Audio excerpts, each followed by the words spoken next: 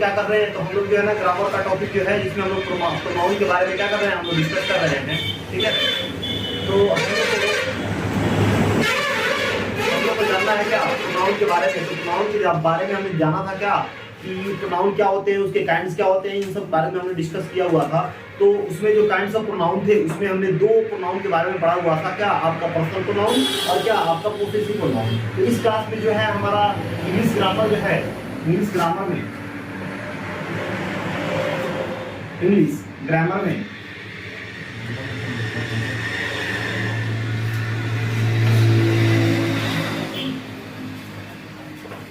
Grammar में हम लोग को तीसरा नंबर देखना था।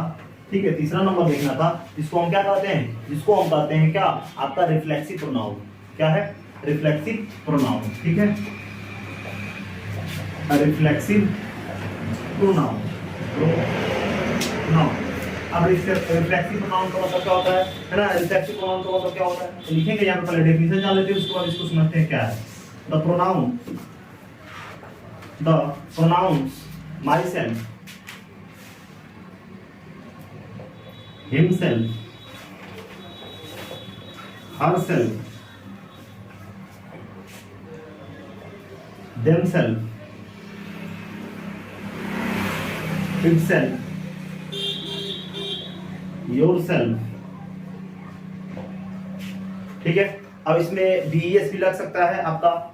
इसके बाद क्या, itself हाँ हो गया। ठीक है, myself, himself, herself, themself, himself, yourself है ourself। ठीक है, क्या हो जाएगा, ourself हो जाएगा। अब इसमें इसका प्लूरल भी आप लिख सकते हैं, SELVES, जैसे myself है तो वहां पे क्या हो जाएगा, myself हो जाएगा, SELVES। ठीक है, myself से himself है तो himself हो जाएगा, यानी आपका VES हो जाएगा। ठीक है, तो ये सारे आपको देखने को यहाँ पे मिलेंगे। तो ये सारे जो होते हैं, इसको आप ये भी लिख सकते हैं क्या, myself, SELVES भी लिख सकते हैं, है ना, him, SELVES भी लिख सकते हैं, himself। ठीक है, उसके बाद क्या, herself, SELVES मतलब क्या, इसका प्लूरल फॉर्म। ठीक है, herself। ठीक है, उसके बाद क्या आपका themself, SELVES, themself हो जाएगा, itself, it's SELVES, himself हो जाएगा। इसको क्या आपका yourself, आपका ourselves। और क्या आपका myself, इसको क्या, ठीक है, are called reflexive pronoun.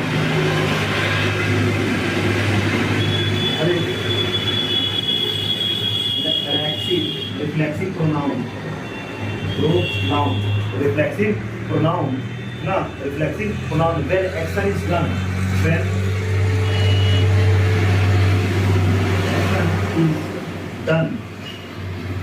action is done by the subject,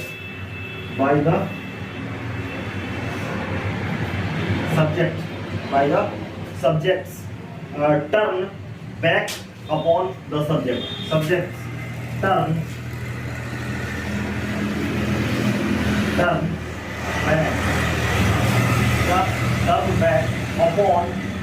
back upon the subject. Back upon the subject. मतलब क्या है, इसका मतलब क्या है, मतलब ये है कि अगर ये सारा जो लिया गया है प्रोनाउन, जैसे आपका माई सेल्फ है, हिमसेल्फ है, हरसेल्फ है, देमसेल्फ है, इटसेल्फ है, योरसेल्फ और आवरसेल्फ, ठीक है, और लास्ट में आपका वीएस लफ्ज का है, ये सिंगुलर है और ये क्या आपका प्लूरल है। ठीक है, तो ये सारे जो हैं ये रिफ्लेक्सिव प्रोनाउन तब कहलाएंगे जब कोई सब्जेक्ट के द्वारा क्या हुआ, काम हुआ, किसी सब्जेक्ट के द्वारा एक्शन हुआ और वो एक्शन उसी सब्जेक्ट के थ्रू उसी सब्जेक्ट पे आया। वो एक्शन जो है उसी, कोई सब्जेक्ट जो है कोई काम किया, है ना, और वो काम उसी सब्जेक्ट के ऊपर आया तो उसे हम क्या कहते हैं, उसे हम कहते हैं आपका रिफ्लेक्सिव प्रोनाउन कहते हैं। जैसे अगर बात करें इसमें, अगर एग्जांपल के तौर पे देखें, जैसे लिखते हैं यहाँ पे बहुत सारे एग्जांपल लिखते हैं, जैसे I hurt myself, I hurt myself, myself, इसका मतलब क्या है, आई हर्ट माई सेल्फ मतलब क्या, मैंने अपने आप को क्या किया, चोट पहुंचाया।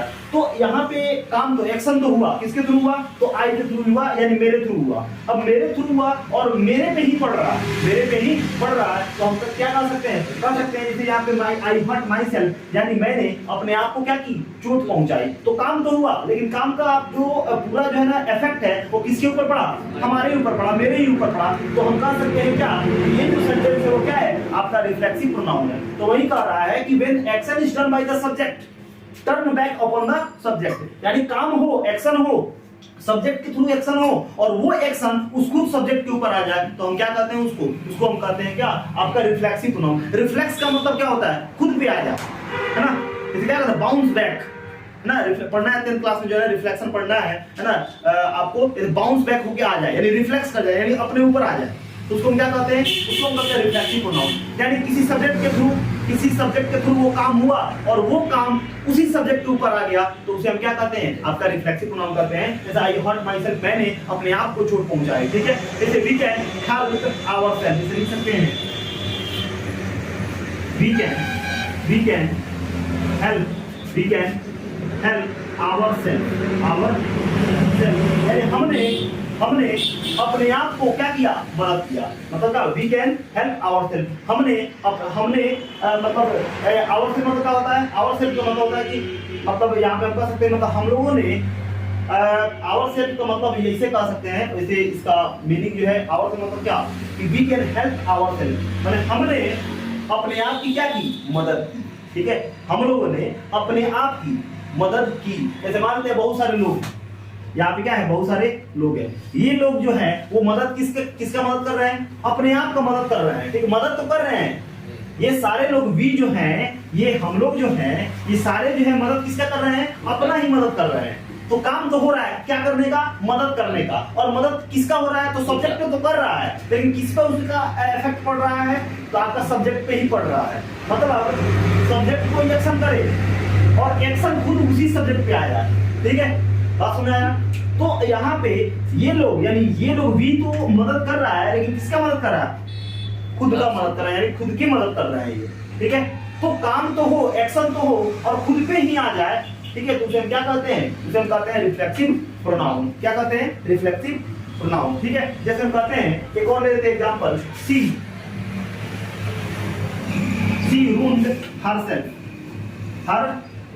सेल्फ, यानी रूंड का मतलब होता है बर्बाद कर देना, ठीक है। सी रूंड हर सेल्फ, उसने अपने आप को क्या कर दिया, बर्बाद कर दिया, ठीक है, उसने क्या कर दिया, अपने आप को बर्बाद कर दिया। तो ठीक है, बर्बाद तो किया, सब्जेक्ट ने एक्शन कैसा किया, बर्बाद करने का, और किसको बर्बाद कर दिया, अपने आप को। मतलब यहाँ पे जो एक्शन हो रहा है सब्जेक्ट के थ्रू, वो किस पे हो रहा है, आपका खुद पे हो रहा है ना, एक्शन जो है ना टर्न बैक हो रहा है किस पे, उसी सब्जेक्ट पे, हम उसे क्या कहेंगे, आपका रिफ्लेक्सिव प्रोनाउन। क्या हो गया, रिफ्लेक्सिव प्रोनाउन हो गया। तो रिफ्लेक्सिव प्रोनाउन बात समझ में आएगी नहीं आई।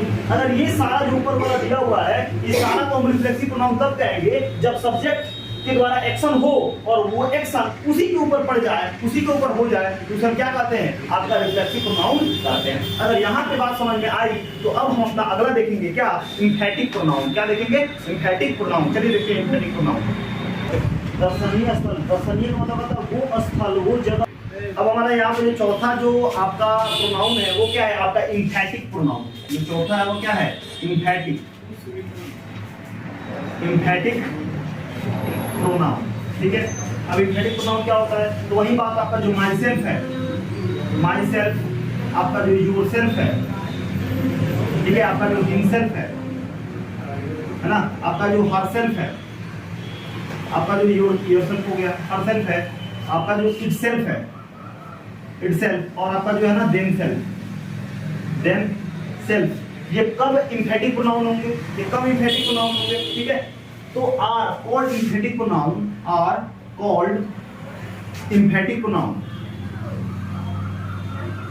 एम्फैटिक प्रोनाउन। ये एम्फैटिक प्रोनाउन तब कहलाते हैं when they are called emphatic pronoun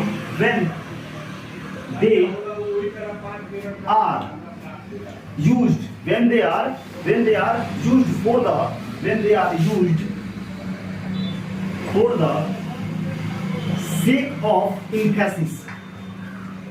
sake of emphasis का मतलब क्या होता है, sake of emphasis का मतलब होता है कि क्या करना, जोर देना।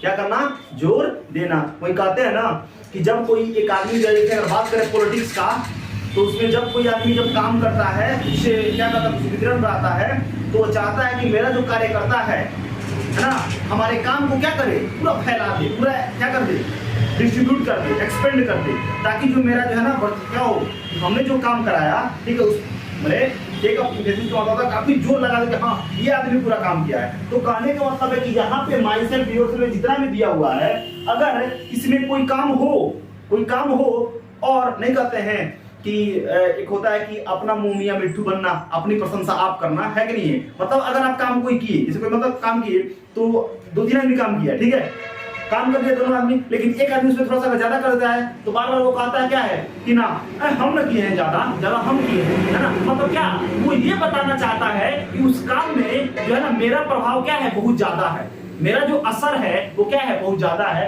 तो वही इम्फैटिक मतलब क्या होता है, इम्फैटिक का मतलब क्या होता है, जोड़ पड़ना, क्या होता है, जोड़ पड़ना, उस पर प्रेशर पड़ना, उस पर दबाव पड़ना, है ना, उसको ज्यादा क्या करना, मतलब वहां पे ये पता चले कि वहां पे दबाव ज्यादा पड़ रहा है, इम्फेसिस ज्यादा पड़ रहा है, यानी ज्यादा जोर लगाया जा रहा है। इम्फैटिक का मतलब क्या, ज्यादा वहां पे फोर्स लगाया जा रहा है। जैसे अगर कहें, ठीक है, जैसे अगर हम लिखे कि आई, ऐसे बहुत सारे एग्जांपल लिख सकते हैं, ठीक है। मैंने किसी सेंटेंस को पढ़ने से है ना, अगर उस पे सेक ऑफ एम्फेसिस का मतलब क्या होता है, उस सेंटेंस में जोड़ पड़ता हो, उस सेंटेंस में क्या पड़ता हो, जोड़ पड़ता हो, तो उसे हम क्या कहते हैं, एम्फैटिक प्रोनाउन कहते हैं। जैसे किल्ड द टाइगर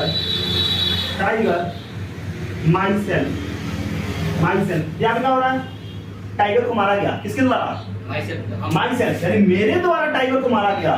किसके द्वारा मारा गया टाइगर को, मेरे द्वारा। यानी बताइए इस पे क्या हो रहा है, प्रभाव पड़ रहा है, दबाव पड़ रहा है कि नहीं पड़ रहा है, जोड़ पड़ रहा है कि नहीं पड़ रहा है ना। तो ये सारा जो है एम्फैटिक प्रोनाउन तब कहलाते हैं जब कोई सेंटेंस अगर लिखते हैं और उस सेंटेंस को पढ़ने के बाद ये पता चले कि उस पे जो है ना, इस पे क्या हो रहा है, इस पे यानी इस प्रोनाउन पे आपका क्या हो रहा है, ज्यादा प्रेशर पड़ रहा है, ज्यादा जोड़ पड़ रहा है, तो हम कह सकते हैं क्या कि वो क्या है, एम्फैटिक प्रोनाउन है। एम्फैटिक मतलब क्या, उसमें ज्यादा प्रभाव पड़ रहा है, ज्यादा दबाव पड़ रहा है, ठीक है। जैसे अगर हम यहाँ पे लिख सकते हैं,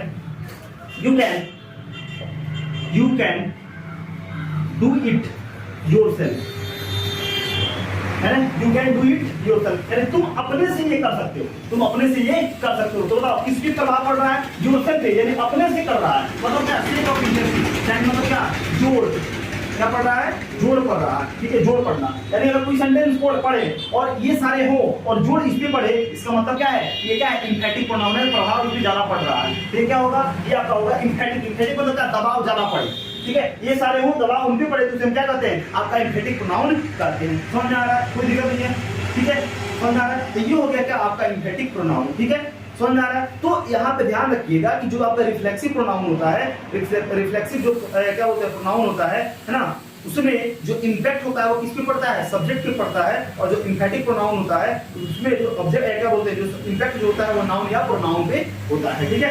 अब यहाँ पे बात आया क्या, अगला जो हमारा टॉपिक है वो क्या है, आपका डेमोन्स्ट्रेटिव एडजेक्टिव है। तो अगर इसको लिखना चाहिए तो इसको लिखिए। अब पांचवा आपका देखते हैं, क्या देखते हैं, डेमोन्स्ट्रेटिव एडजेक्टिव। चलिए फिर देखते हैं डेमोन्स्ट्रेटिव एडजेक्टिव है वो क्या है, आपका जो पांचवा जो प्रोनाउन है वो क्या है, डेमोन्स्ट्रेटिव प्रोनाउन,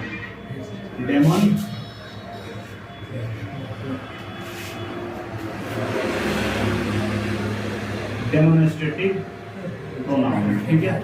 अब ये डेमोन्स्ट्रेटिव प्रोनाउन क्या होता है, लिखेंगे the pronoun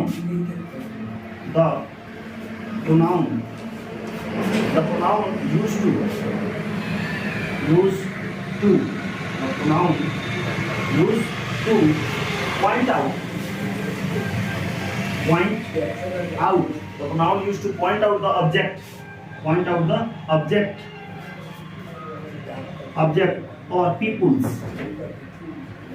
peoples to which it refers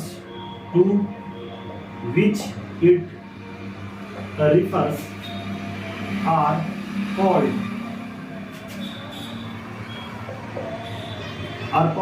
demonstrative adjective. Demonstrative pronoun, demonstrative pronoun मतलब वो प्रोनाउन जो किसी ऑब्जेक्ट को या पीपुल्स को क्या करे, पॉइंट आउट करे, सूचित करे, इंगित करे, उसे हम क्या कहते हैं, डेमोन्स्ट्रेटिव प्रोनाउन कहते हैं। तो आपको पूछा क्या बोलते हैं, अब उसमें कुछ होते हैं जिसमें कहा जाएगा कि आपका कौन कौन डेमोन्स्ट्रेटिव प्रोनाउन होते हैं। तो आपका डेमोन्स्ट्रेटिव प्रोनाउन जो होते हैं वो क्या होते हैं, दीज होते हैं, दीज डैड और क्या दोज, दोज क्या हो जाएंगे, है ना, आपके क्या है, are demonstrative pronoun, are demon, are demonstrative pronoun, ये सब क्या है, दिस दिस दैट दो, ये सब क्या है आपका डेमोन्स्ट्रेटिव प्रोनाउन है, ठीक है। जैसे अगर हम लिखते हैं एग्जांपल है, दिस इज बॉय, वह क्या है, वह लड़का है, यानी ये पीपल के थ्रू क्या कर रहा है, इंगित कर रहा है कि नहीं कर रहा है, पॉइंट आउट कर रहा है कि नहीं कर रहा है, यहाँ पे दिस क्या हो जाएगा आपका डेमोन्स्ट्रेटिव प्रोनाउन हो जाएगा, ठीक है। यानी ये जो दिस इज बॉय है, इसको क्या किया जा रहा है, या लड़का को यानी पीपल को क्या किया जा रहा है, इंगित किया जा रहा है, उसको क्या किया जा रहा है, डिनोट किया जा रहा है, उसको पॉइंट आउट किया जा रहा है। जैसे हम लिख सकते हैं these are dolls, यानी वे सभी क्या है, गुड़ियाएं हैं, ठीक है। तो यहाँ पे these जो है वो किसकी ओर क्या कर रहा है, पॉइंट आउट कर रहा है, तो डॉल्स की ओर। तो वही बोला गया है कि वो प्रोनाउन जो कि ऑब्जेक्ट या पीपल्स की ओर क्या करे, पॉइंट आउट करे, इंगित करे, उसे हम क्या कहते हैं, डेमोन्स्ट्रेटिव प्रोनाउन कहते हैं। इसे दिस दिस दैट और जो सब क्या है आपके डेमोन्स्ट्रेटिव क्या हो जाएंगे, आपके डेमोन्स्ट्रेटिव प्रोनाउन होंगे। लेकिन ये बात ध्यान रखिए कि अगर इसके यानी दिस दैट दिस और दोज के बाद अगर नाउन प्रेजेंट हो, तो उसे हम क्या कहेंगे, उसे हम कहेंगे डेमोन्स्ट्रेटिव एडजेक्टिव। मतलब यहाँ पे अगर दीज आ जाए, दोज आ जाए, है ना, आपका दीज दैट दीज और दो, मतलब दीज हो जाए, दिस हो जाए, दैट हो जाए, दोज हो जाए और दीज हो जाए, इसके आगे अगर क्या होता है, अगर आगे इसके आगे जो है अगर क्या आता है आपका ये नाउन अगर आ जाता है, ठीक है, क्या आ जाता है, अगर मतलब हम कह सकते हैं इसके आगे क्या आ जाता है, अगर नाउन आ जाता है तो वो क्या होंगे आपके डेमोन्स्ट्रेटिव एडजेक्टिव हो जाएंगे। कैसे, तो अगर हम समझे कि क्या ऐसे लिखते हैं आपका दिस बुक, जैसे यहाँ पे this book is mine, this book is mine, और यहाँ पे लिखे दिस, ठीक है, ये ठीक है, दिस बुक इज क्या हो जाएगा, दिस बुक इज माइन, और दूसरा हमने ले क्या, this is my book, this is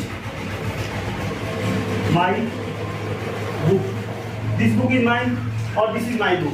तो बात क्या है, बात ये है कि अगर दिस यानी ये चारों के बाद, या नोट में लिख लेंगे, नोट में this these this these that those, after it nouns, after